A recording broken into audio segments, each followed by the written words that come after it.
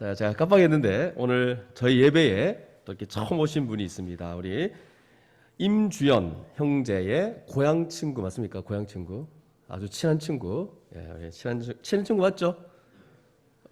아니라 그러는데요. 친한 친구 아니고 그냥 그런 친구인데 이제 오늘 저희 교회 방문했습니다. 우리 정태경 형제입니다. 우리 큰 박수로 환영하겠습니다.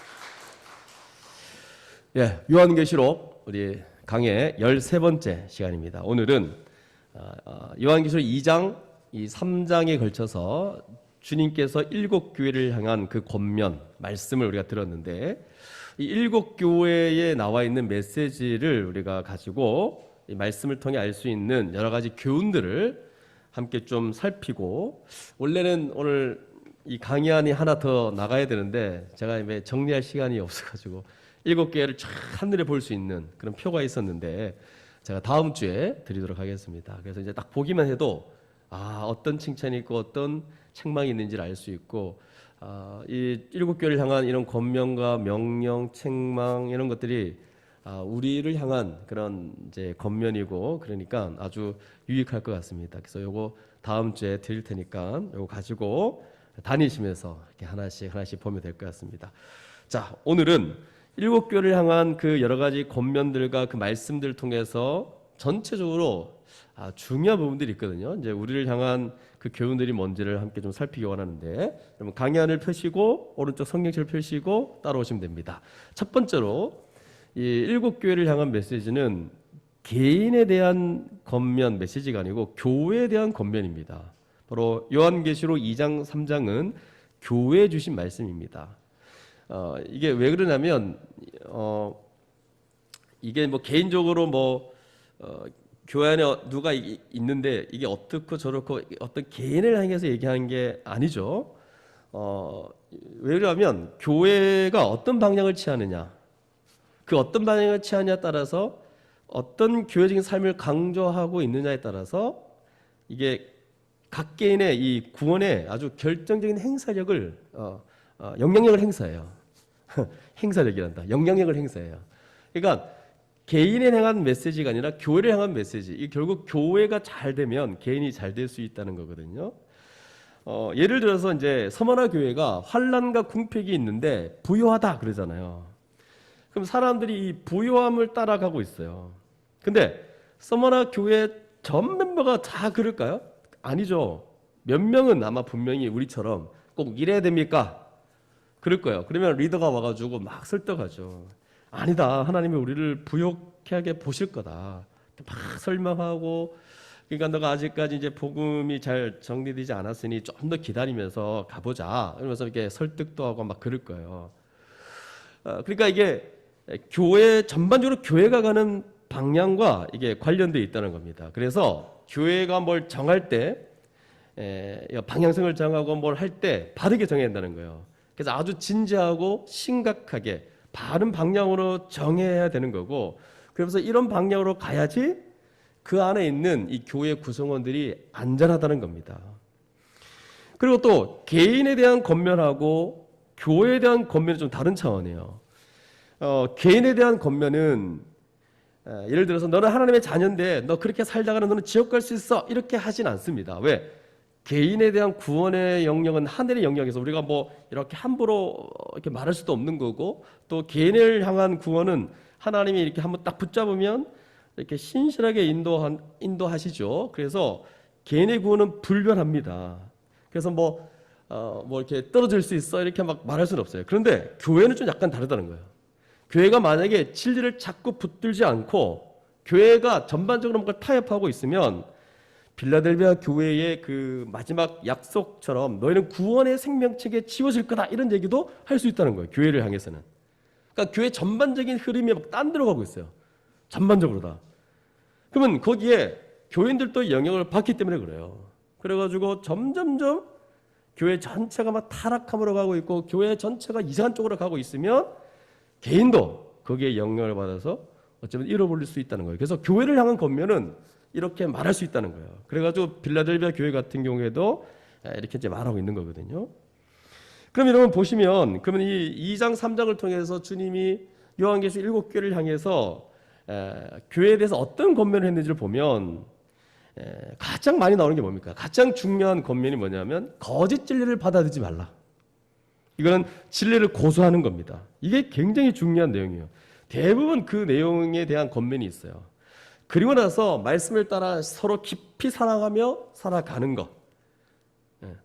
근데 절대로 타협하지 않는 것. 요거 타협에 대한 얘기들을 되게 많이 하고 있어요. 니골라당을 받아들이지 말라. 타협하지 말라 그러죠. 그래서 타협하지 않기 위해서 또 소마라 교회 같은 경우는 가난이 있어요. 환난과 궁핍이 있어요. 그때 환난이 있으면 감수해라. 그래서 어려움이 있을 때 끝까지 인내하면서 할 수 있을 만큼 열심을 다해 충성을 다해라. 죽도록 충성해라. 이런 것들이 7교회에 이렇게 강조되어 있다는 거예요. 그래서 이 진리를 고수하는 것, 결국 이거는 말씀을 붙잡는 거죠. 그래서 이제 이 교회 안에서 이런 식의 반응은 없어야 돼요.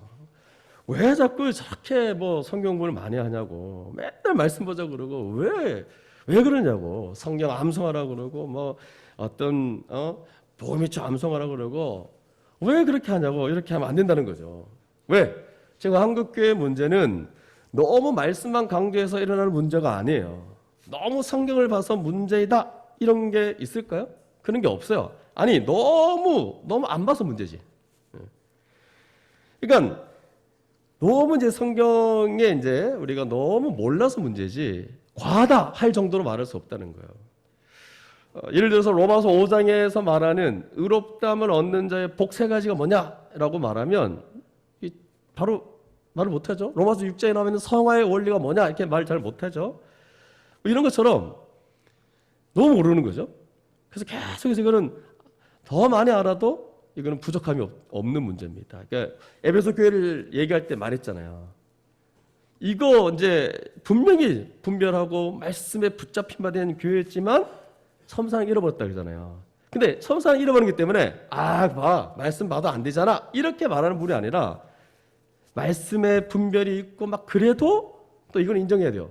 사랑을 잃어버릴 수 있다는 것도 인정해야 돼요. 그렇다 치더라도 이걸 전면 부정할 수는 없다는 거예요. 이런 면이 있지만 이게 안 될 수도 있는 거죠. 그래서 사랑도 진짜 안 됩니다. 그래서 성경 공부하자는 말도 100번 했다면 1000번이고 더 해야 되는 거고, 또 우리가 주님을 따라서 깊이 사랑하자는 말을 100번이고 1000번이고 더 해야 되는 상황이다. 과해서 나쁠 게 없다 이 말이죠. 오히려 부족하거나 오히려 피폐할까 봐 문제가 되는 겁니다. 그리고 우리 시대에 더 중요한 것은 타협하지 않는 거죠. 저도 이 요한계시록 말씀하면서 고민이 되는 거는 그 당시에 세상 사람들과 적당히 어울리고 적당히 경제활동하려고 니골라당이나 이런 게 만들어진 거잖아요. 뭐 길드 조직이나 이런 거. 거기에 안 가면 손해보고 막 그러니까 그 당시 핍박받는 그리스도인들의 갈등이 엄청났습니다.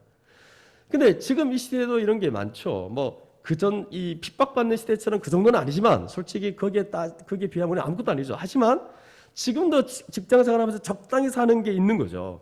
그래서 이거를 어디까지 얘기를 해야 되나? 니골라당의 교훈을 피하고 타협하지 않고 있나? 우리가 진짜. 그래서 이 땅에서 경제활동하는 데 있어서 이게 진짜 합당한 삶인가?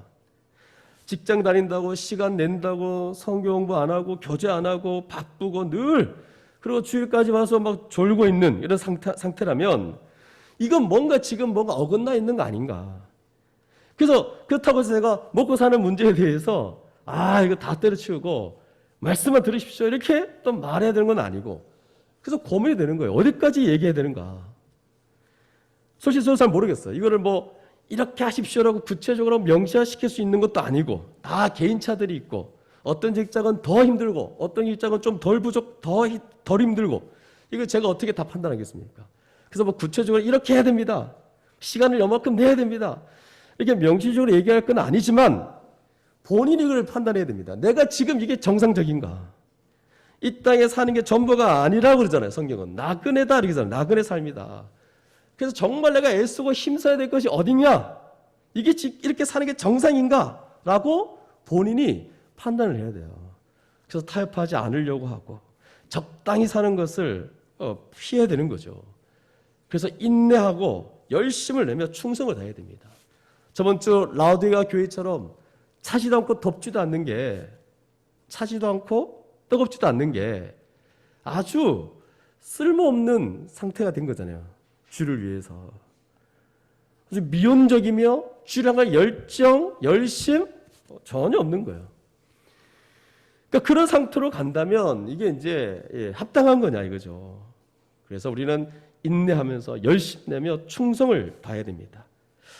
그리고 두 번째로 이제 교회의 정체적인 방향이 각 개인의 신앙적인 문제보다 중요하다는 거예요. 여러분, 교회가 전반적으로 잘못되면 우리 개인의 신앙은 제대로 될 수 없어요.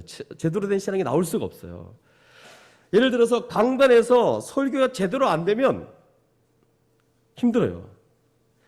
더욱이 교회에서 세운 직분자들 있죠. 뭐 당회에서 세운 장로라든가 안수집사라든가 목회자라든가 이들이 결정하는 방향들, 전반적으로 교회의 흐름을 이들이 이제 결정하기 때문에 이런 흐름들이 개인의 신앙을 좌지우지하고 있다는 겁니다. 교회가 어떤 스탠스를 취하느냐, 어떤 진리를 강조하느냐, 이게 전체를 좌지우지해요. 그러니까 여러분, 여기 지금 젊은 청년들이 많이 있는데 나중에 이제 뭐 중직자가 될 거 아닙니까? 맞죠? 그때 우리는 어떻게 되는가? 지금 다 나중에 이제 10년, 20년 지나면 다 중요한 위치에서 뭔가를 해야 되는데 그때 뭐 할 거냐?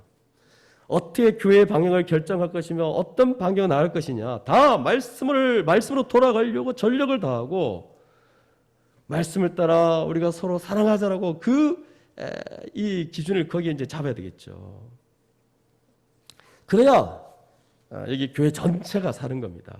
그래서 교회가 올바르면 교회에 속한 각 개인은 대부분 올바릅니다. 그 얘기는 올바르도록 애를 쓰고 진리를 붙들고 처음 사랑으로 돌아가자라고 얘기하며 그토록 힘쓰고 애쓰고 그렇게 하면 교회 안에 이상한 사람이 전혀 없다는 얘기가 아니라 그런 교회들이 전반적으로 모든 성도들이 힘을 합해서 갖는 그 엄청난 힘이 있다는 거예요. 그 힘에 의해서 전반적으로 그냥 가게 돼 있습니다. 여러분, 예를 들어서 누가 개인이 우리 함께 기도합시다 막 얘기했는데 이게 잘 안 되거든요. 교회 전체가 함께 힘을 모아 기도합시다 그러면 이게 쫙 따라오는 뭔가가 있어요. 그래서 신앙생활이라는 게 뭐냐면 간단하게 말하면 주님의 사명을 감당하고 주의 뜻대로 서로 사랑하는 거거든요. 쉽게 말하면. 그래서 여러분, 신앙이 개인이 아니다는 게 지금 계속해서 이 성경적 교회를 말할 때 교회적 존재, 개별적 존재가 아니라 우리는 예수를 믿고 그분과 연합되는 그 순간부터 교회적 존재이며 교회적 삶을 살아가게 되었다 이렇게 말을 하잖아요. 하나된 존재다 이렇게 얘기하잖아요. 이런 한번 생각해 보십시오. 자꾸 신앙을 개인적인 영역으로 생각하니까 이게 이제 쉽지 않는데 우리가 예를 들어서 어떤 한 개인이 교회를 왔어요.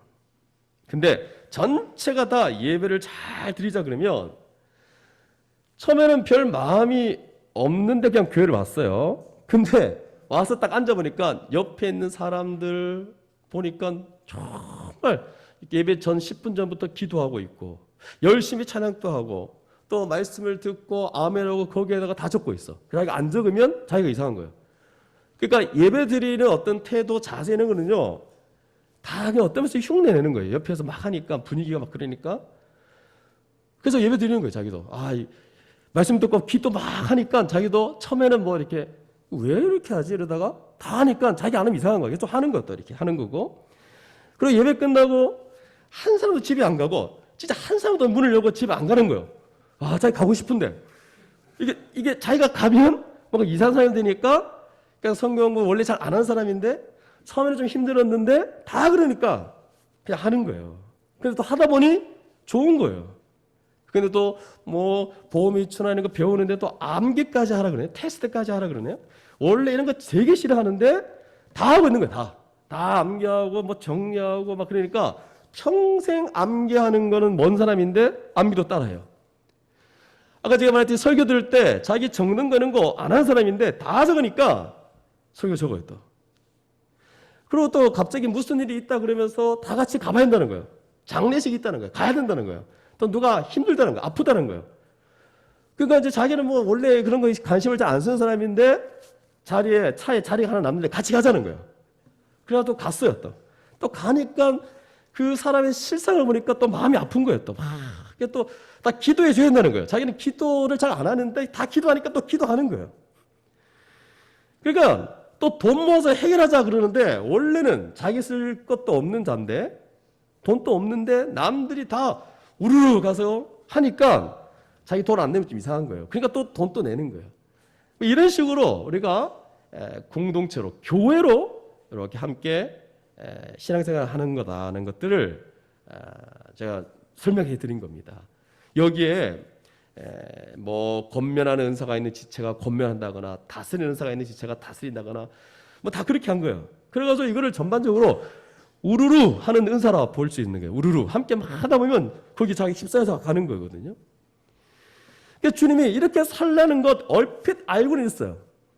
처음 교회에 와서 이렇게 막 정하려는 사람들 보면 알고는 있는데 순종한 마음이 없었는데도 옆에 지체들과 공동체 전체가 다 우르르 이렇게 하니까 자기도 해봤는데 괜찮은 거예요. 그러면서 이게 주께로 가게 하는 거고 그러면서 너무 이제 좋아지는 거거든요. 그래서 결국 다 교회에서 배우는 겁니다. 기도도 교회에서 배우고 성경을 매주마다 보고 올리고 이런 것도 안 해봤는데 하니까 또 하게 되는 거고. 근데 여러분 전반적으로 교회가 그렇게 안 하는데 개인 혼자 나는 홀리한 사람이야 하면서 뭐 개인적인 하나님 관계 이러면서 여러분 안 됩니다. 전체가 이렇게 안 하는데 전체가 할 때 교회가 전체가 올바를 때 개인도 올바르졌다는 거예요. 그래가지고 대부분 영으로 깨어있는 사람은요 그렇게 하면 다 따라가게 돼 있어요. 그래서 교회가 올바르면 성도도 올바를 수밖에 없다. 우르르 같이 하는 게 너무 중요합니다. 모일 때마다 좋은 얘기하고요. 모일 때마다 좋은 거 소망하고 차 한잔 마시는데도 늘 설교 나눔하고 막 주를 위해 살려는 마음이 막 느껴지고 우리 가정이 이렇고 저렇고 누가 지체가 힘든데 어떻게 도와줄까 이런 얘기하고 교회의 사명을 어떻게 감당할까 이 코로나 시대에 우리가 어떻게 더 예배를 잘 드릴까 양육을 더 배울까 어떻게 복음을 전할까 이런 얘기 막 하고 그러면 그런 얘기 계속 들으면 어떻게 되냐면 자기도 모르게 그런 용어 쓰고요. 자기도 배우게 되고 원래 교제하면서 언어를 배우는 거거든요. 그리고 생각과 사고의 방향도 막 배우게 되고 그래서 계속 그 분위기에 있으면서 계속 틀이 갖춰지는 겁니다. 그래서 제일 교회에서 좋은 사람이 누군지 아세요? 다른 교회 다니면서 이상한 거 배우고 온 사람보다 그냥 처음 이 교회에 들어와서 예수 믿고 회심한 자 그래서 좋은 교회가 처음인 사람이 진짜 복입니다, 여러분. 최성원 이런 자매들이 진짜 복인 거죠. 처음 교회를 접한 거지. 그래가지고 처음 와가지고 설교 1시간씩 듣는 거 보통 기존교회에 있다 온 사람은요 길다 1시간 10분 이러면요 그러잖아요. 근데 처음 이 교회에 들어온 사람은 이게 당연한 걸로 알고 있어요. 그래가지고 2년 3년 지나고 나서 실상을 깨닫고 깜짝 놀랍니다. 이게 원래 1시간 설교하는 줄 알았는데 다른 데는 20분 이렇게 하거든요. 이게 깜짝 놀라면서 속았다는 말하지 않겠죠. 하여튼 놀라는 거예요. 1시간 하는 게 당연한 걸로 생각하는 거예요. 그러니까 이게 얼마나 좋은지 모릅니다. 그래서 교회가 올바르면 교회에 속한 각 개인은 올바르게 살 가능성이 매우 크다.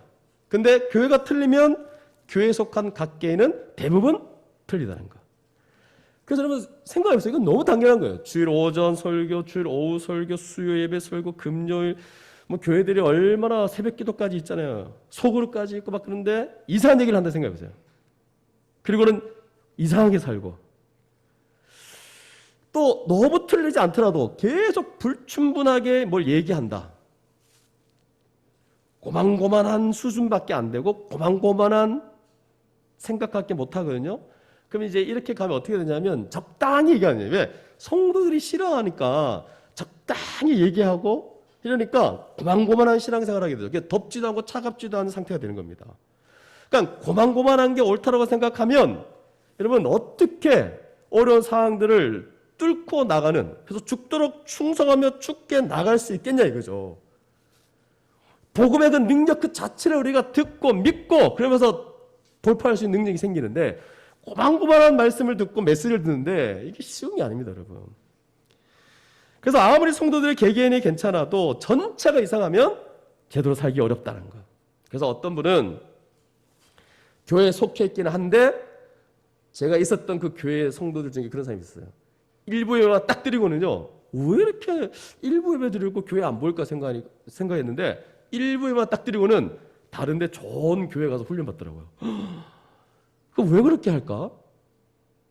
근데 다시 생각해 보면 아주 불쌍한 거죠. 그 지교회에서, 지역교회에서 누리지 못하고 다른 데 가서 배우는 것도.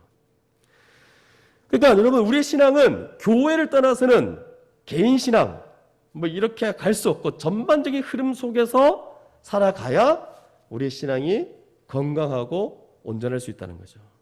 그러므로 교회 전체가 전반적으로 이렇게 한 생각으로 갈 수 있도록 전반적으로 이 교회 전체를 살피는 일에 우리는 힘써야 됩니다. 지금 여기에 계시는 분들은 언젠가는 다 교회를 짊어지고 책임져야 될 사람들 아닙니까? 어느 때가 되면 회원이 되고 리더가 되고 집사가 되고 또 교회에 결정권이 생기고 발언권이 생길 거 아닙니까?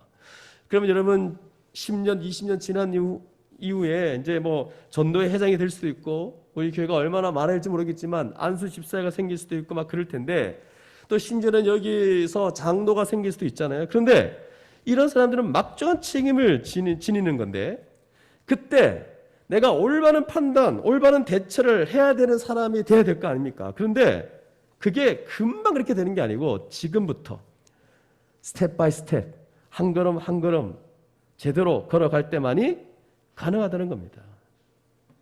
여러분, 제가 최근에 계속 말하지만 마지막 때 주님 오셔가지고 너 뭐 했냐? 이렇게 물었을 때 우리가 보통은 우리 인생 가운데 뭔가 큰 일, 아프리카 같은데 오제 가가지고 뭐 대단한 일을 하려고 하는데 할 수 있습니까? 지금 만만치 않습니다. 지금 선교 현장이 만만치 않고. 그러면 주님이 너 뭐 했냐 그랬을 때 가장 주님이 원하는 게 뭔지 알아요? 교회를 주님이 그토록 사랑하셔가지고 창세부터 교회를 세우기 위해서 자기 아들까지 십자가에 죽게 하셔가지고 교회가 탄생된 거예요. 그러면 교회를 위해서 자신도 죽었잖아요. 그럼 우리는 뭐 해야 되냐? 교회를 만들어가는 거, 함께 교회를 이루어가 살아가는 거. 그래서 지금도 지금인데 결국 교회에서 결정적으로 일을 해야 될 때 그때에도 어떤 사람이었냐라고 물을 때 이러면 이제 핑계 댈 게 없는 거죠. 그러면 정말 잘 선택하고 잘 결정해야 되고 올바르게 이끌어야 되는데 지금부터 차근차근 열심히 꾸준히 이게 옳다고 생각하는 것을 꾸준히 해나가면서 아주 건강하고 맑은 신앙 태도를 유지하다가 그 때가 될 때 정말 그 위치에서 그런 것들을 잘 감당할 수 있는 사람이 되어지면 되는 겁니다. 근데 뭐 좀 젊은 세대들이 많아서 그런데 젊은 청년들을 보면 교회에 대해서 그냥 막 괜한 불만 가지고 목사가 어떻고 장로가 어떻고 뭐 우리 교회는 없지만 주변에 보니까 맨날 뭐 교회가 어떻고 뭐 욕을 하고 막 그러더라고요. 근데 자기가 장로가 되면 더 큰일 날 사람인 거예요. 이게 더 안 좋을 수 있는 거예요. 물론 이상한 분들도 많지만 대부분 교회는 진짜 자신의 것들 다 드리고 이렇게 교회를 위해서 섬겼던 분들입니다. 그 누구도 함부로 얘기할 수 없어요. 본인이 나중에 그렇게 됐을 때 정말 그렇게 할 수 있는가? 지금도 불평이라고 그냥 앉아 있는데 그래서 그러지 말고 준비합시다. 때가 되었을 때 그 일을 제대로 감당할 수 있는 그런 사람이 되기 위해서 철저히 준비해서 교회를 전체적으로 살피는 그 일에 힘쓸 수 있는 우리 모두가 될 수 있기를 바랍니다. 그래서 그 준비한 일에 하나는 나만 잘하면 된다는 생각을 버려야 돼요. 지금 있는 그 위치에서 함께 있는 사람들을 잘 돌보는 것을 계속 지속적으로 하셔야 됩니다. 그래가지고 7교회를 향하신 주님의 그 메시지 권면들 중에 말씀을 제대로 알아가게 하고 서로 깊이 사랑하고 또 타협하지 않고 말씀대로 살아가며 인내하며 충성되게 살아가는 것, 이런 것들을 우리가 계속 그렇게 살아가려고 애쓰고 그렇게 가르쳐야 되겠죠. 그래서 성경을 잘 알아야 되고 또 어려운 일이 있을 때 우리가 자꾸 뒤로 물러서지 말고 우리가 뭘 맡으면요, 리더를 한다거나 이제 뭐 어떤 위치에 있다거나 할 때 제발 좀 힘들다 그러지 않았으면 좋겠어요. 안 힘들지 않았습니까? 예. 그러니까 뭐 어떤 걸 맡아서 교회를 섬기는 그 일을 할 때 무조건 뭘 하려고 하면 어려움이 있을 거예요. 이런 거 감수하셔야 됩니다. 근데 만약에 우리가 전혀 어려움이 없다, 맨날 좋은 일만 있다, 일이 잘 풀린다 그러면 주님이 날 버리셨나? 오히려 생각하셔야 돼요. 그러니까 이 어렵다는 게 한 달, 2개월짜리 이런 게 아니라, 여러분, 장기적으로 1년, 2년, 3년, 저도 이렇게 감히 이렇게 말할 수 없지만, 그런 어려움을 말하는 거거든요, 성경에 다. 그러면 이걸 버티면서, 그러나 절대로 포기하지 않고, 타협하지 않으면서 끝까지 가는 것. 그래서 3년, 5년 이런 것들은 당연히 받아들이면서 가야 돼요. 그래서 리더의 자리에서 뭘 맡아서 자기가 지금 섬겨야 되는데, 뭘 해야 되는데, 복음 전하는 일이든 집사가 돼서 해야 될 일이든 조금 하다가 한 달도 안 됐어. 뭘 하다가 누가 한 명이 조그만 말을 한 거, 이것도 가지고 힘들어, 나 못하겠다. 이 전문 용어로 그거는 바보입니다, 바보. 그거 몰랐습니까? 그 일을 하면 당연히 어려울 거 몰라요? 리더 되는 순간, 섬기는 그 위치에 있는 순간, 뭘 맡는 순간 분명히 누군가를 통해서 격렬한 반대에 휘말릴 것은 확실합니다, 여러분. 그래서 그냥 교회에서 아무런 일도 안 하고 어려움 없이 신앙생활 하려면 어쩌면 깔끔해요. 예. 여러분 여기서 그냥 와서 예배 드리고 성경만 하고 그냥 아무런 섬김도 그냥 정말 깔끔해요. 깔끔한 신앙생활 원하십니까? 그냥 왔다가 가십시오. 근데 그렇지 않아요, 여러분. 그러면 인생이 아주 아무 의미가 없어요. 여러분 이렇게 대가를 치르려고 하지도 않고 이렇게 누구 섬기려고 하지도 않고 뭘 하려고도 하지 않고 그렇고 있으면 여러분 그 인생은 정말 지지부진하고 너무 별 볼일 없는 인생이에요. 깔끔한 인생을 살고 싶으면 그렇게 하시고, 정말 별 볼일 없는 인생 살려면 그렇게 하시고, 아니면 여러분 하나 맡기 시작하면 어려움은 당연히 있다. 그러면서 끝까지 버티고 끝까지 인내하면서 가는 겁니다. 대부분 우리가 맡는 게 그렇게 큰 일이 아니고요. 그냥 하나님이 원하신 일인데, 저도 이렇게 제가 잘나서 맡은 것도 아니죠. 말씀운동 연합에서 직함이나 이런 것들 그냥 이게 맞으니까, 그리고 누가 너 해라 하니까 한 거예요. 다 그렇습니다. 이거 자기가 하는데 엄청난 희생을 하는 것처럼 생각하는데, 그게 아니라 그냥 주님이 같이 있는 일이니까 너 해라 하는 거예요, 그냥.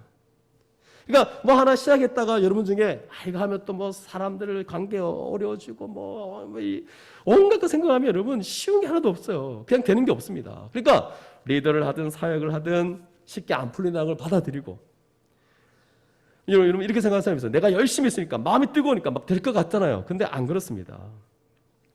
이거 다 이제 겪어야 되는 거고, 이런 거 좀 겪고 그러면요 사람이 좀 이렇게 여유가 생기고 유머를 던져도 아주 이렇게 깊이 있는 사람이 되죠. 이런 거 고난 겪고 어려움 겪고 그러면서 옆에 힘드는 사람 보이면 이렇게 조언도 해주고, 너 나하고 똑같구나, 내가 걸어가는 길 같이 걸어가는구나. 그러면서 인내, 충성 이런 게 너무 중요한 겁니다.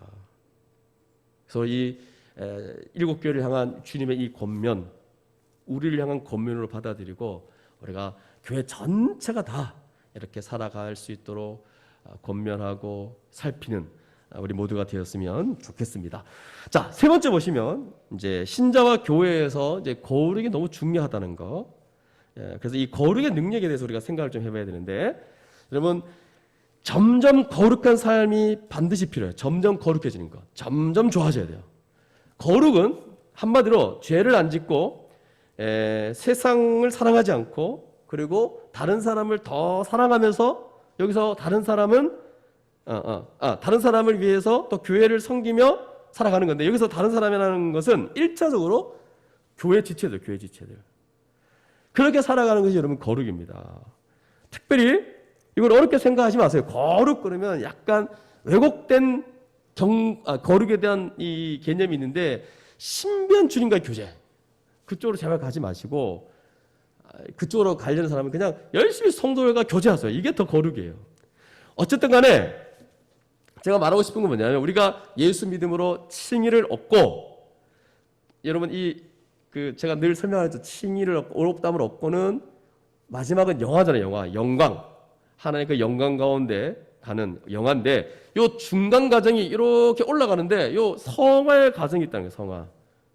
요 이 지점에 있어서 그러니까 칭의로부터 우리가 구원이 시작되는 거예요. 그리고는 이 성화의 과정을 거쳐 가지고 영화가 완성되는 거예요. 구원이 완성되는 건데 그러니까 우리의 믿음은 구원이 시작되면 멈추지 않는다는 겁니다, 여러분. 그런 자동적으로 되는 게 아니고 하나님이 우리의 구원을 이루어 가신다니까요. 그리고 확실한 우리의 믿음이 이제 우리가 있는 거죠. 근데 구원을 이루어 가시는 데 있어서 어떤 방식을 택하시냐니까 우리를 점점 더 거룩하게 하는 방식을 택하셔가지고 구원을 완성시키신다는 겁니다. 그래서 여러분 한 방에 된다거나 여러분 한 방에 되는 거 없습니다. 뭔가 이게 여러분 한 방에 된다는 거는 뭐가 카타르시스 같은 거 한번 어디 가서 확 느끼면 될 것도 생각하는데 그렇지 않고 하나님 택하신 방법은 점점점 거룩하게 하는 방식. 이걸 무시하면 안 된다는 거예요. 무슨 말인지 아시겠죠? 그리고 너 예수 믿었어? 그러면 구원은 땡이다. 구원 받았네? 구원은 불변하니까. 그렇게 들어가면 여러분 이게 구원이 멈춘 거예요. 칭의에서 영어로 간다 했잖아요. 중간에 성화가 없는 거예요. 한번 예수 믿어서 나는 구원받았어. 그리고 마음대로 살아도 되지. 나는 식의 논리. 절대로 그게 빠지면 안 됩니다, 여러분. 이 얘기는 너무 많이 해가지고 알고 있을 겁니다. 근데 너무 중요하니까 여기에 빠져버리면 진짜 그런 사람이 지옥 갈 수 있는 사람이에요. 아니면 너무 삶이 형편없거나. 그러니까 여러분 점점 더 거룩해지는 게 왜 중요하냐면 한편으로는 하나님 앞에 의롭다함을 얻었다. 참된 구원이 시작되었다는 증거이기 때문에 그래요. 칭의 증거. 또 한편으로는 내가 점점 더 거룩해지는 그 영광으로 가고 있구나는 증거이기 또 합니다. 쉽게 말해서 한편으로는 구원에 대한 증거요. 한편으로는 소망을 가졌다는 증거이기 때문에 그래요. 그래서 점점 더 거룩하게 살아가는 사람들은 하나님 앞에 내가 하나님의 자녀가 되었고 하나님의 언약 백성이 되었다는 확실한 증거가 되어지는 거죠. 그렇기 때문에 천국에 사는 삶을 살아간다는 겁니다. 그것뿐만 아니라 점점 더 거룩해지면서 이제 주님과 깊이 동행하고 또 점점 주님을 알아가는 걸 보고 나서는 어떻게 생각하냐면 내가 천국을 향해서 거의 달려가고 있구나. 그래서 소망이 더 깊어지는 겁니다. 이게 기본적인 신자의 패턴이에요. 100배, 60배, 30배 맺는 거거든요. 완전히 삶의 방향이 달라지고 이 세상에 대해서는 죽은 자라고 할 수 있을 정도의 변화를 갖는 거예요. 그래서 첫 번째로 여러분 내적인 동력이 없으면 이 말은 여러분의 중심에 근본적인 변화가 없다라고 생각되어지면 여러분 의심하셔야 돼요. 내적 동력이라는 게 뭐냐면 세상에 대해서는 죽고 주를 위해서는 살아가는 자기를 봐야 되는 거예요. 자기를 살아가는 이기적인 삶은 끝났다는 거예요. 우상 숭배하고 이런 탐심하는 삶은 끝나고 이제 다른 사람을 사랑하고 주님을 사랑하는 것으로 우리의 내면이 뒤바뀌었느냐라고 질문할 때에 뭔가 탁 나와야 된다는 거예요.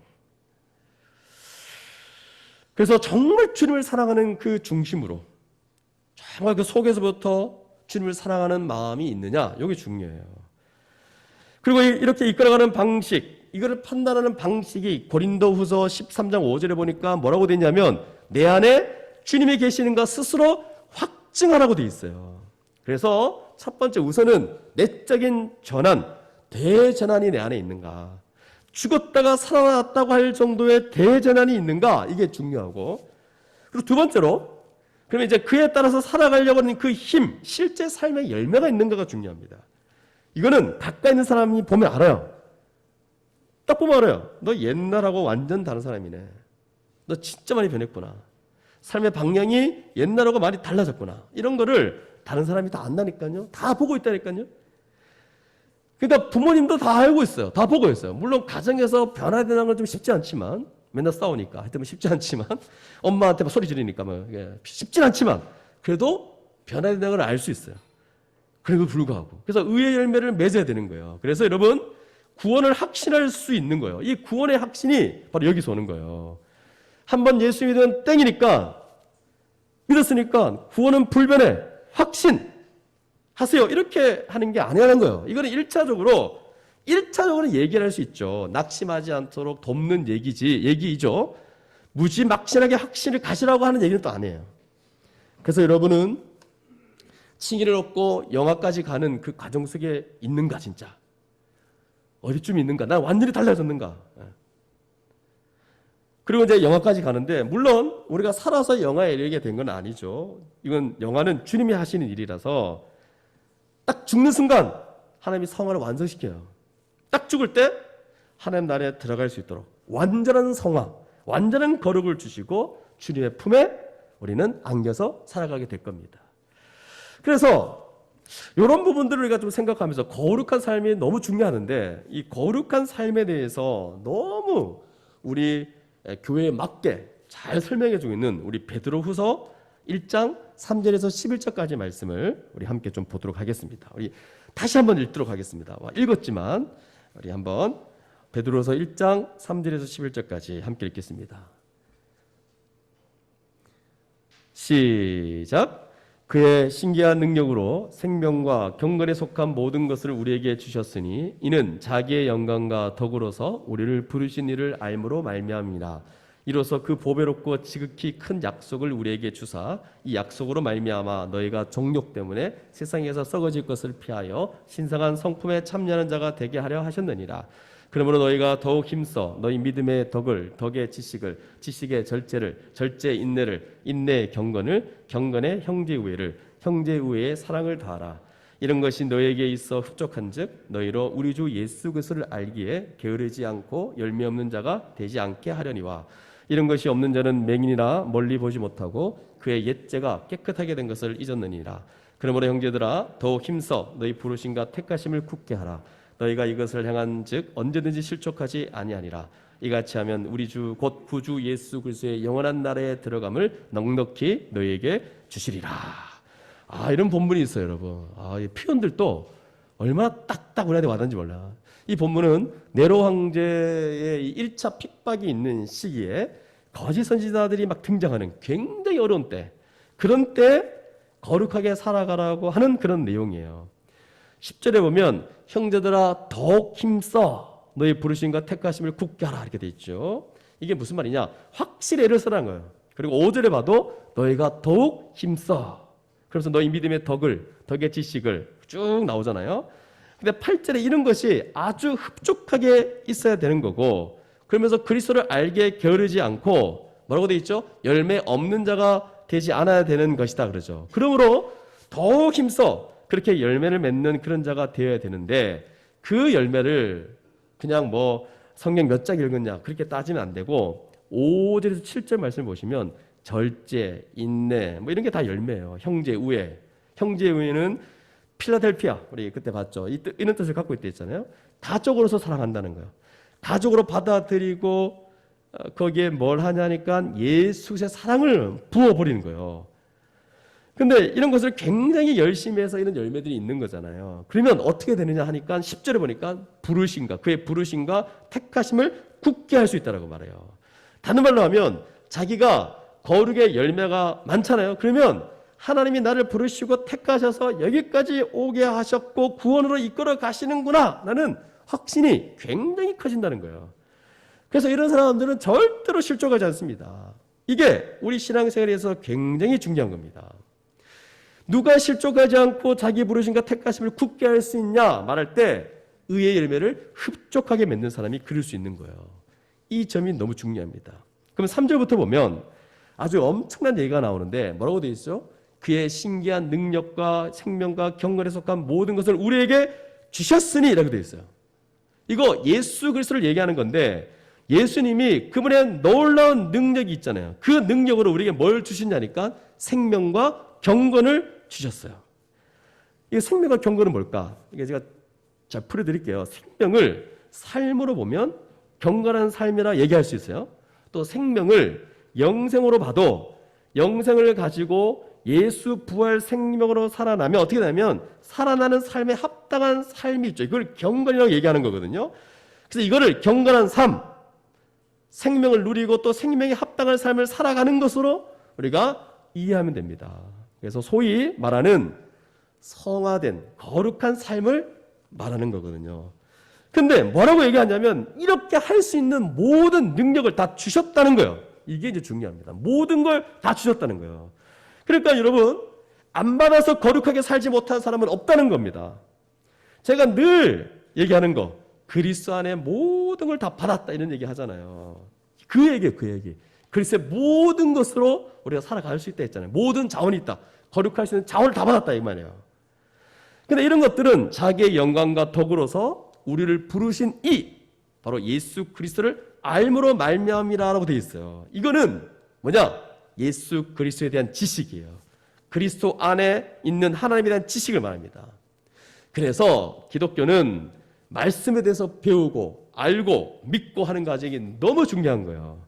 지식으로 말미암아 예수의 능력으로 충분한 삶을 살아가는 거예요. 근데 여기서 말하는 지식이 단순 지식이겠습니까? 믿는 거죠. 믿음이겠죠. 말하자면 성경 통해서 예수님이 어떤 분인지 알고 예수님의 행하신 일이 어떤 결과를 가져오는지도 알고, 근데 이렇게 아는데 아는 것으로 그치지 않고 이걸 믿을 때 현실화 되는 거예요. 하나님이 우리에게 어떤 일을 행하셨는지 우리가 이제 알므로 누리는 거거든요. 그래서 여러분들이 여러분 가운데 구원받은 사람은 복음을 듣고 알고 또 안다는 것은 믿는 거가 다 섞여 있는 거예요. 그냥 알고 믿고 구원받았잖아요. 그러니까 알고 믿는 것, 하나님이 우리를 위해서 행하신 일을 받아들이는 것, 이게 하나님이 말씀하시는 것이 현실화되는 방식인데 사람들이 그것을 얘기하고 있는 거예요. 그럼 베드로후서가 왜 지식을 왜 강조할까? 알을 강조하는데 5절에 됐어요. 이 지식인데 이게 같은 단어인데 이 본문이 기록된 배경이 있는데 그 당시 그노시스라고 하는 영지주의 학파라고 하는 학파가 있었어요. 이들이 지식을 강조하는데 아주 배타적으로 몇 명만 알고 그 지식을 알면 구원받는다고 말하는 이상한 학파들이었어요. 그래서 그런 배경을 가지고 그래서 베드로후서에도 알미라는 얘기를 바른 개념의 알을 말하고 싶었던 거예요. 그래서 여기 지식은 그냥 그노시스가 아니고 에피그노시스라고 해서 아주 특별한 지식. 이 말은 복음을 들을 때 믿는다는 것은 여러분 어떤 정보를 신뢰하는 정도가 아니라 예수 그리스도의 교제, 인격적인 어떠한 임재, 그런 교제로 나타난다는 거예요. 그래서 어떤 걸 믿고 자기 인생을 던지고 위탁하고 그리스도를 아는 지식과 그리스도에게 위탁하는 이 두 가지가 같이 가는 겁니다, 여러분. 두 가지가 같이 가는 거예요. 말씀으로 얘기하면 하나의 정보잖아요. 그런데 성경은 말씀이 곧 그리스도라고 말하고 있어요. 그래서 여러분 이 말씀의 계시가 왜 놀라운 거냐면 우리가 읽으면 그냥 내용이잖아요. 근데 이거를 믿고 이 말씀을 아멘으로 화답할 때 이 말씀이 곧 그리스도가 되는 거예요. 우리는 말씀을 듣고 믿으면 우리는 말씀을 곧 그리스도로 먹고 마신다 이런 표현을 쓰잖아요. 그래서 그것 때문에 영의 양식이 되어진다는 표현을 쓰는 이유가 거기에 있어요. 그래서 말씀은 곧 그리스도예요. 말씀이 그냥 문자로 된 하나의 이론 이런 게 아니라 말씀 곧 그리스도로 받아들이는 거예요. 그래서 어떤 말씀을 안다고 할 때 곧 그리스도를 만나는 것이고 그래서 그게 독특한 지식이 되는 거죠. 그냥 그로시스라기보다는 에피그로시스라는 이 표현을 쓰는 이유가 접두어, 강조예요, 강조. 그 지식, 특별한 지식 이런 거를 막 이제 말하고 싶은 거예요. 예수를 만나게 하고 그분의 인격에 머물게 하고 그리스도 안에서 하나님을 뵙게 하는 이런 지식을 얘기하는 거예요. 그러니까 여러분 이게 말로 설명하니까 잘 안다고 할 수 있는데 믿는 자들에게는 그냥 확 나타나는 거예요. 그러니까 뭐 주님에 대한 정보를 믿는 건데 우리는 문자를 읽으니까. 근데 예수를 믿고 그러면서 막 우리도 우리 안에도 이런 말 하잖아요. 그분이 내게 오셨다는 표현도 쓰고 그분이 말씀하셨다. 뭐 음성으로 직접 듣는 거 말고요. 주님이 말씀하셨어. 이게 쓰는 이유가 이미 우리도 알게 모르게 우리 내면에 이게 젖어 있는 거예요.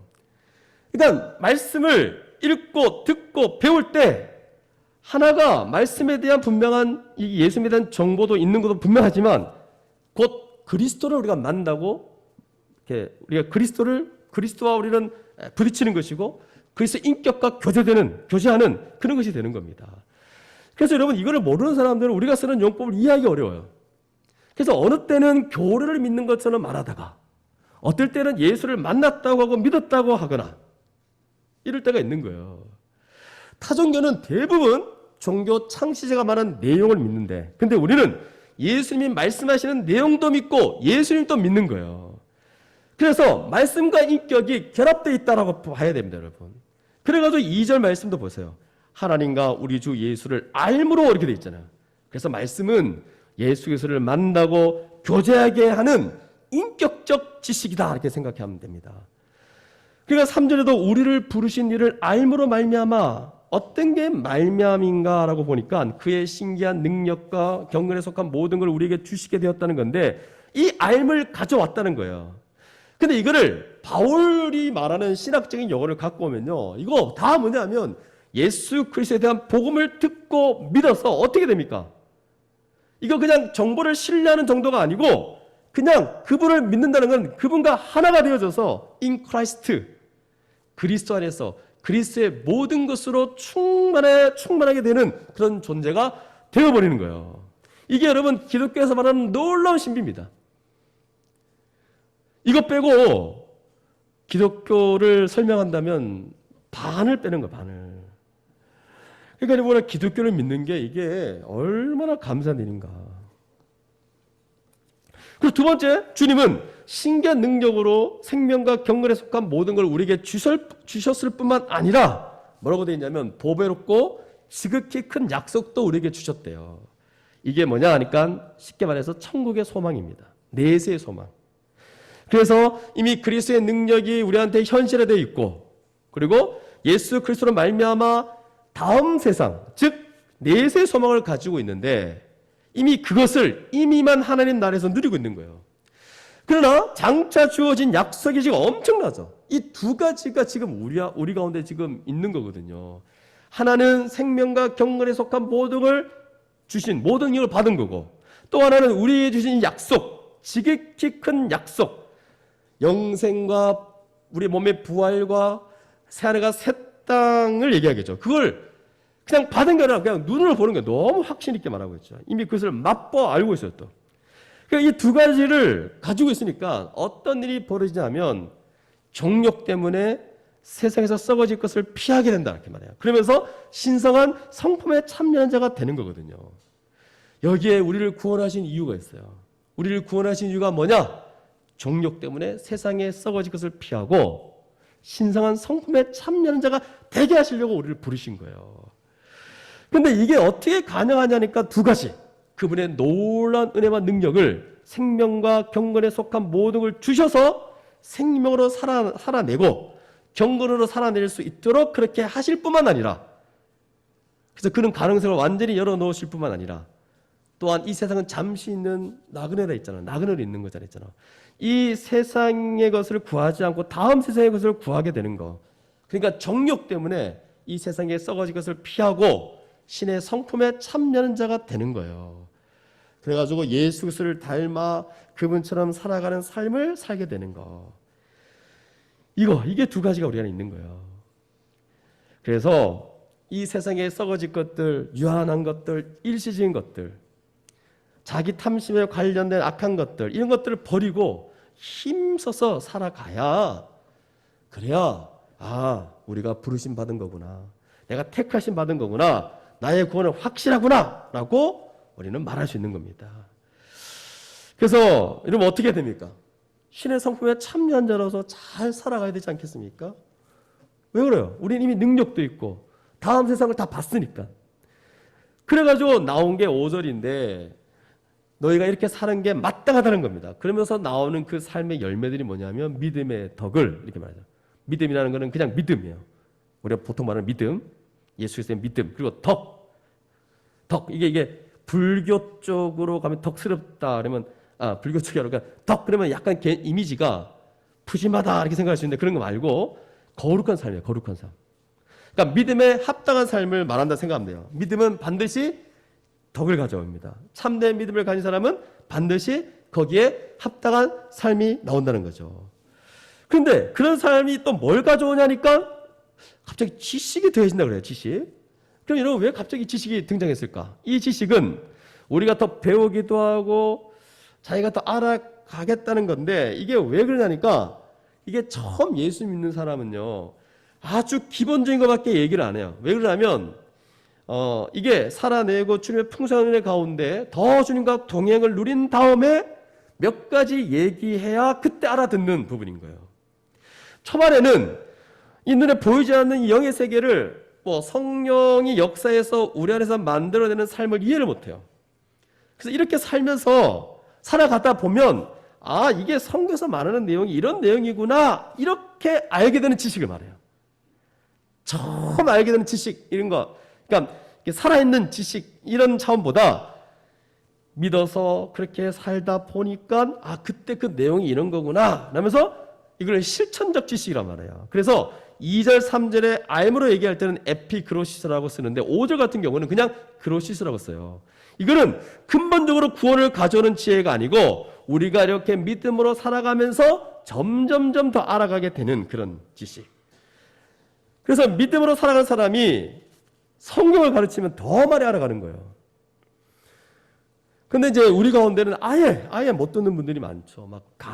분명히 말한 건데도 배운 적이 없다 그러고 이런 얘기 안 해줬다 그러고 다 한 건데 들어본 적이 없다 그래요.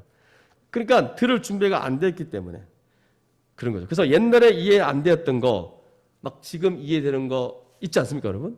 2년 전에는 몰랐는데 이렇게 계속 살아가다 보니까 믿음으로 살아가고 그러다 보니까 그게 이런 거구나. 저도 그래요, 저도.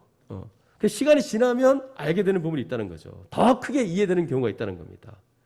어떨 때는 제가 이렇게 설교를 하고 강의를 하고 할 때 이렇게 딱 하고 나서 이해가 안 될 때가 있어요. 물론 강의할 때 몰랐던 게 아니고, 근데 더 주를 위해 살아가고 온갖 일을 겪고 고난도 겪고 그러다가 나중에 시간이 지나서 이게 이런 뜻이었구나, 이런 깊이가 있구나라고 생각할 때가 있다는 거죠. 그런 지식을 말합니다. 그래서 믿음이 지식 앞에 오는 거예요, 지금. 근데 이 지식은 에피그로시스가 아니라 살아가면서 점점 주님을 알아가는, 그래서 이걸 믿음으로 살아가지 않으면 모르는 겁니다. 그래가지고 우리가 그 유명한 말이 있어요. 믿고 아느냐, 알고 믿느냐, 믿고 아느냐, 이런 얘기가 있어요. 그래서 우리는 이걸 어떻게 정리하냐면 알고 믿어요. 근데 또 믿고 아는 것도 있어요. 그러니까 이게 아주 철학적이죠. 그러니까 알고 믿는 것도 있지만 또 믿고 아는 것도 있어요. 그리고 나서 또 하나님을 또 알고, 하나님을 알면 어떻게 되냐면 자꾸 기독교에서는 뭐라고 말하냐면 하나님을 알면 할수록 자신을 안대요. 그래가지고 뭐가 나오죠? 절제가 나옵니다. 절제. 지식 다음에 절제. 믿음, 덕, 지식 다음에 절제가 나오는 거죠. 그래서 아는 자들은 절제하게 돼 있어요. 어떤 거냐?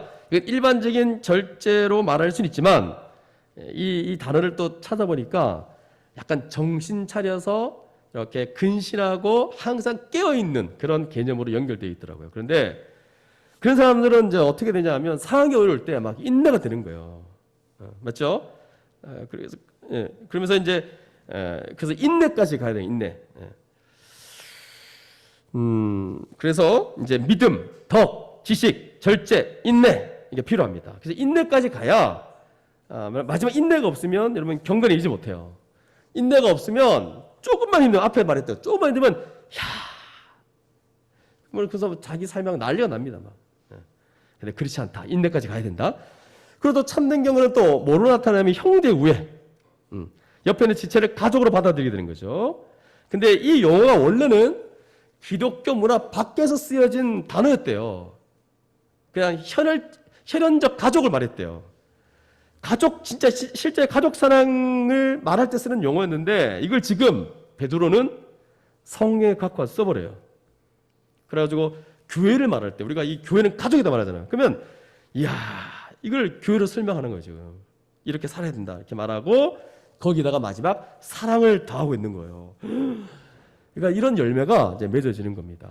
마지막에 예수 그리스도의 사랑, 자기를 내어주며 예수님 자기는 죽고 딴 사람은 살아가는 건데 살리는 건데 지금 이 기독교에서 말하는 이 사랑 바로 그리스도 사랑이에요. 그리스도처럼 사랑하는 거. 그러면서 이제 마지막에 이거를 열매 있다 이런 사랑을 말합니다. 근데 어떤 교회는 열매 그러면 전도 몇 명 했냐? 마지막에 주님 만나면 묻는 게 이걸 거다. 전도 몇 명 했냐? 물어보신다는 거예요. 이것도 중요하죠. 이게 무슨 말인지 알겠는데 진짜 이런 열매냐? 앞에서 말했던 믿음, 덕, 지식, 형제, 우애, 절제, 그리고 거기다 그 그리스도처럼 사랑하는 그 사랑, 이게 되면요 다른 것 자연스럽게 되지 않겠습니까? 주변에 막 죽어가는 영혼들을 바라볼 때 막 복음 전하지 않을 수가 없겠죠. 복음 전하게 돼 있는 거예요. 근데 8절에 보니까 이런 것이 너에게 있는데 뭐라고 그러냐면 흡족하대요. 충분히 있다는 거예요. 충분히. 이게 성경에서 말하는 표현들이에요. 그런 의미에서 여러분 진짜 흡족합니까? 그러면 어떻게 이런 말들이 가능하냐 하면 제가 앞에서 다 말했어요. 3절에 보니까 생명과 경건에 속한 모든 걸 우리에게 주셨다 했기 때문에 이런 것이 가능해요. 그리고 또 한 가지, 이미 보배롭고 지극히 큰 약속을 우리가 받은 자예요. 근데 만약에 누가 우리 중에 이 세상에 썩어가는 것들을 막 좋아하고 혹은 막 싫어하지만 할 수 없이 끌려가려고 하는 모습이 있다 칩시다. 근데 진짜 우리가 그럴 수 있나요? 이미 우리에게 능력도 있고 이 다음 세상을 볼 수 있는 안목도 있고 그러면 이미 주님을 닮아가려고 막 그럴 텐데 그렇게 사는 능력도 있는데 당연히 열매가 충분히 나타나지 않겠습니까? 그러면 충분히 나타나야 그게 신자예요, 신자. 근데 만약에 이게 무슨 말인지도 모른다. 그러면 아직 생명이 없는 거예요. 종교적인 행위는요, 가지고 있을지 몰라요. 뭐 참여하고, 뭐 어떻게 하고. 근데 생명이 없어요. 그래서 이거는 여러분, 신자들에게 나타나는 뚜렷한 특징이에요. 내 안에 생명과 경건에 속한 모든 걸 주었다라고 성경은 말하거든요. 이건 신자들이라면 나타날 수밖에 없는. 그래서 자기가 뭐 직장 때문에 굉장히 바쁘거나 뭐 사업을 벌여가지고 정신이 없을 때조차도 이 감각이 살아있어요. 막 집안에 우환이 1년째, 2년째, 3년째 있어도 그래서 막 이 어려움을 견딜 수 없을 때에도 이 감각은 그대로 살아있어요. 왜? 생명이기 때문에. 잃어버릴 수가 없는 거예요. 부활 생명으로 역사했기 때문에. 애를 낳고 애를 키울 때도 이 감각은 뚜렷이 살아있어서 이걸 어쩔 수가 없어요. 부활 생명이 우리 안에 있는 건데 이게 신자들이 갖고 있는 엄청난 특징입니다. 생명과 예수의 그 모든 능력으로 생명과 그 경건에 속한 모든 것을 우리에게 주셨기 때문에 이거는 우리에게 살아있다는 증거, 우리가 숨쉬고 있다는 증거예요. 이건 아무도 피할 수 없는 거예요. 그래서 이제 이런 것이 흡족한 사람은 결국 뭐하냐? 뒤에 보세요. 예수 그리스도를 알기에 어떻게 합니까? 게으르지 않아요. 여러분 한때 그리스도 아는 것, 한때 말씀하는 것 안 해요. 게으르지 않는데요. 계속. 여러분 제발 이제 한때 말하지 마세요. 한때. 지금 게으르지 않고 예수를 알고 있는가? 늘 주님을 더 알아가고 더 알아가고. 왜? 알므로 이 모든 것이 주어졌고 더 알아감으로 더 경건의 삶을 살아가니까 더 알기를 원하는 겁니다. 그러니까 교회 오면 맨날 가르치고 배웠던 건 나누게 하고 주일 예배 설교 나누고 금요 강좌 듣는 건 나누고 왜 나누겠습니까? 그리고 리더는 좀 알자 그러고 이유가 뭐냐? 바로 이 성경 계시가 갖고 있는 하나님의 말씀이 갖고 있는 그 독특성, 살아있는 하나님의 말씀이라 그러는데 성령께서 이 말씀을 통해 역사하세요. 성령의 검이라 말하는 거. 이 세상에 그 어떤 것보다 가장 독특한 형태로 주어진 것인데 하나님이 이 말씀의 역사를 통해서 하나님 나라를 이 땅 가운데 펼쳐나간다니까요. 씨 뿌리는 비유 같은 거 보세요. 말씀이 우리 가운데 떨어지면, 복음이 우리에게 떨어지면 열매를 계속 맺게 하는, 처음에는 미약해 보이는데 조금씩만 맺어가는 방식. 이게 하나님의 말씀의 독특한 역사예요. 여러분 기독교의 기적 같은 걸 바라봅니까? 저는 병 고치는 그런 놀라운 은사도 있어야 된다 생각해요. 그것도 기적이에요. 하지만 말씀이 우리 가운데 들어와서 실제로 전 인격이 바뀌는 것 하나님이 원하시는 방식이에요. 그래서 전력을 다해서 우리가 성경을 알아가는 것이고, 근데 여러분 조심해야 될 게 그냥 이거를 가지고 성경을 이렇게 막 읽으면서 이런 내용이 있군, 이런 내용이 있군 이렇게 얘기하는 거는 도움은 좀 될지 몰라도 결정적으로 주님을 안다고 보기 어려워요. 물론 성경을 상식으로 알아간다 그러면 삼손이 힘이 세구나, 삼손은 손이 세 개구나, 아브라함이 애를 낳는데 좀 힘들구나, 몇 년이 지나서 나왔구나, 이 정도는 알 수 있죠. 근데 성경을 볼 때 그런 게 아니라 십자가 복음의 관점으로 구속사의 관점으로 보는 거죠. 이미 복음을 알고 생명이 있는 자들은 성경을 알아가는 게 평생 행복한 거예요. 그래가지고 지금 우리가 성경을 펼쳐서 볼 때 우리가 왜 우리 이 땅의 연수가 뭐 80에서 90이다 이렇게 말하잖아요. 아니면 60에서 60은 너무 짧다. 하여튼 왜 이렇게 있느냐? 성경이 66권이라서 그래요. 1년에 한 권씩 읽으라고, 연구하라고. 그래서 한 70세 됐을 때 제가 늘 얘기하는 거, 한갑잔치, 한갑 넘었죠. 60 넘었고 뭐 하여튼 잔치할 때 그동안 성경 연구한 걸 이렇게 올려놓고, 케이크 올리지 말고 다 올려놓고 내가 이렇게 살았다, 너희들 이렇게 살아라. 이러면 얼마나 멋집니까? 맞죠? 그러면서 여러분 주님 닮아가려고 신성한 성품에 참여하려고 애를 써야 되는 거죠. 근데 이런 걸 다 주셨대요. 그럼 우리는 그냥 힘써 애쓰게 하면 됩니다. 다 차려놓은 밥에 숟가락만 딱 올리면 되는 거예요. 그래가지고 여러분 우리가 열매 없는 자가 절대로 되시면 안 됩니다. 어떤 분들은 믿음의 덕을 쌓지도 않고 덕에 지식도 없고 지식의 절제도 없고 인내도 없고 경건도 없고 형제 의호도 없고 사랑도 없어요. 근데 종교 행위는 있어요. 근데 이런 게 신자가 가능합니까? 넉넉히 흡족히 다 주셨다 그러는데 이런 말들이 있는데 반대로 이런 게 없는 게 힘든 거 아니에요? 반드시 열매로 나타나야 돼요. 그래서 이런 것이 없는 사람들, 이런 사람들을 여러분 9절에 보니까 뭐라고 말합니까? 맹인이다 이렇게 말해요. 보지를 못하는 거예요. 9절 보세요. 9절. 근데 이런 사람들에게 기본적인 것이 뭐냐면 뭐라고 되어 있습니까? 죄가 깨끗하게 되는 것을 잊었다라고 표현을 쓰고 있어요. 여러분 이 9절 한마디 때문에 너무나 많은 생각을 하게 되는데 여러분 안 믿는 사람 또 있겠지만 이런 표현 빼고 분명히 믿었고 살아있는 것 같은데 열매가 없거나 멈춰있는 사람들이 교회 안에 있어요. 근데 그런 사람들을 가리켜서 맹인이다 이렇게 표현합니다. 이 말은 멀리 못 본다. 뭘 못 보냐고요? 핵심은 그의 옛죄가 깨끗하게 된 것을 잊었다 이렇게 얘기합니다. 그러면 이 옛죄, 죄가 사함받았다는 걸 잊었다는 거예요. 그러면 여러분 뭘 잊겠습니까? 또 자기가 죄인이라는 것도 잊지 않겠습니다? 잊지 않겠어요? 그 전의 삶이 얼마나 더럽고 추악하고 하나님 없는 삶이 얼마나 하나님을 대적하는 것인지를 잊고 근데 그걸 용서받았다는 것도 잊은 거예요. 예수 그리스도의 십자가 은혜도 잊은 거예요.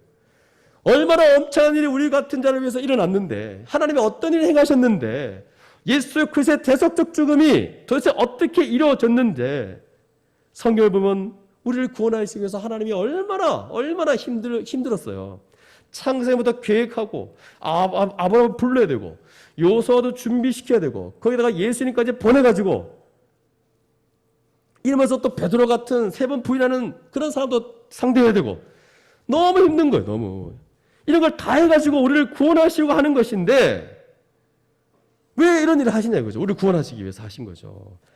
그래가지고 이 사단의 지배에서 허덕이던 우리를 자기를 위해서 살아가는 이 세상의 풍속을 쫓고 종노를 하는 우리를 건져내신 거예요. 그리고는 깨끗함을 받고 하나님 나라에 들어가서 복된 삶을 지금 살고 있는 거거든요.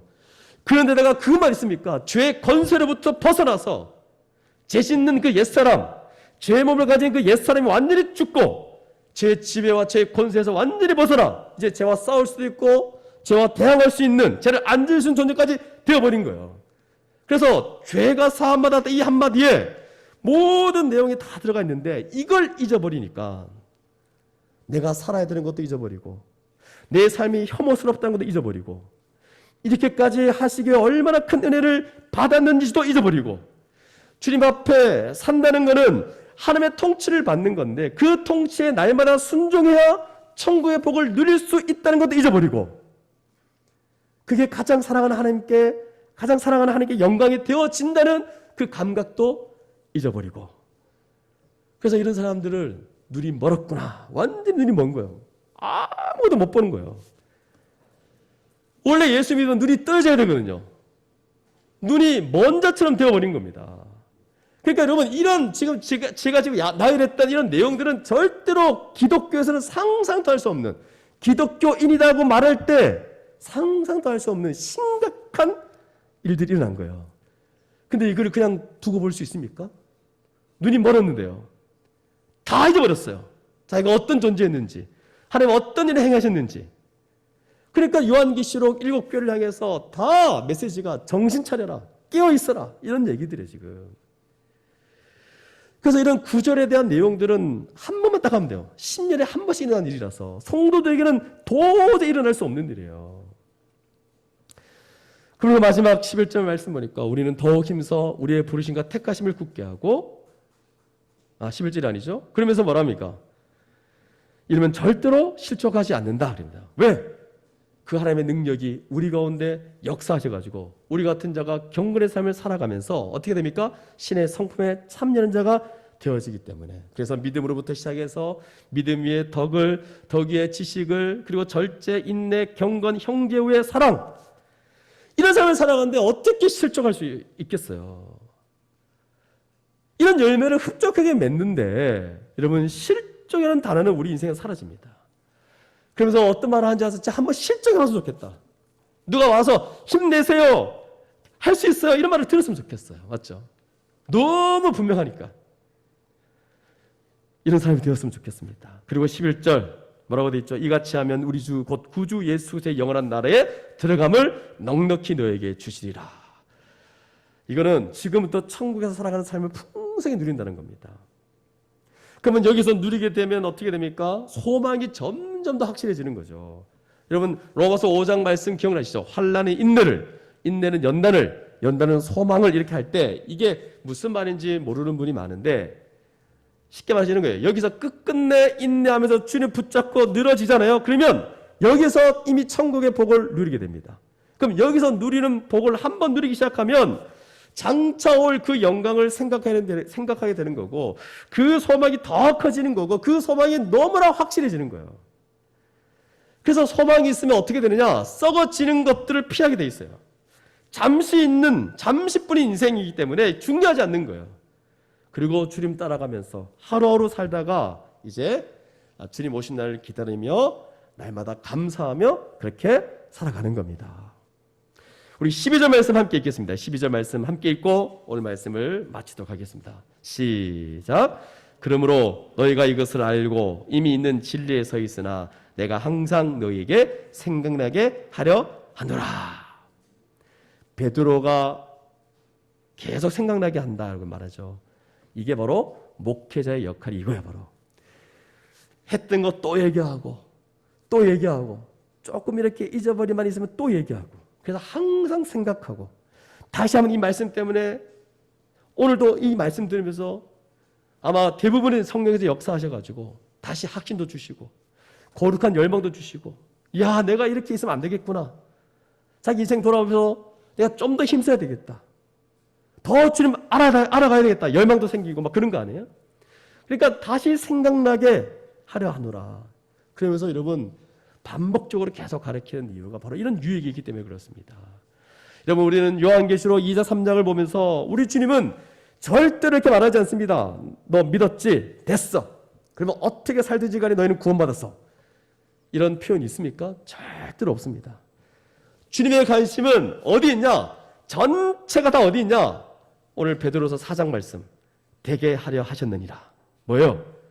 인생에 썩어지는 것을 피해서 이 땅에 살아가는 삶이 하나님께 영광되어지는 것, 결국 신의 성품에 참여하는 것, 여기에 다 관심이 있어요. 죽어서 천국 가는 문제가 아니라는 거예요. 지금 여기서 하나님께 영광 돌리고 그분 따라 그분을 사랑하고 그분을 흠모하며 그분을 닮아가느냐, 이게 가장 중요한 질문이에요. 그래서 교회에 대해서 얘기할 때 그토록 정신 차려라, 깨어 있어라, 그 얘기를 하는 겁니다. 하나님의 관심사는 오직 예수 믿어서 그냥 대충 믿어 천국 가는 게 아니고, 이 땅에서 정말 주님처럼 살아가는 것, 타협하지 않고 끝까지 인내하면서 그렇게 살아가는 것, 그거 우리 주님께서 받으시는 예배입니다. 우리 주님의 모든 성도들이 한평생 이런 삶으로, 이런 예배로 드리며 살아가는 우리 모두가 될 수 있기를 간절히 소망합니다. 아멘. 이 시간 함께 오늘 들었던 말씀 기억하면서 함께 기도했으면 좋겠습니다.